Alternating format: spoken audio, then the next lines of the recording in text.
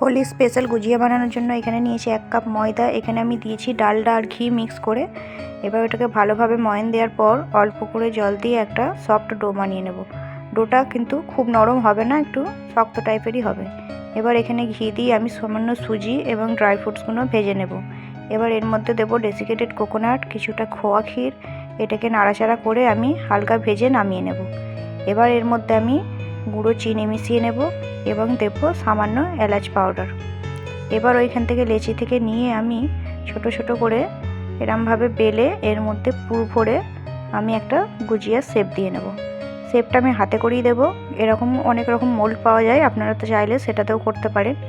এইভাবে আমি সুন্দর করে ডিজাইন করে নেব। এবার এটাকে একদম লো হিটে আমি এগুলো ভেজে নেব। এটা ভাজতে অনেক টাইম লাগবে, হিটটা কিন্তু একদম লোয়েতে রেখেই ভাজতে হবে, তবে কিন্তু এটা খাস্তা এবং ক্রিস্পি হবে।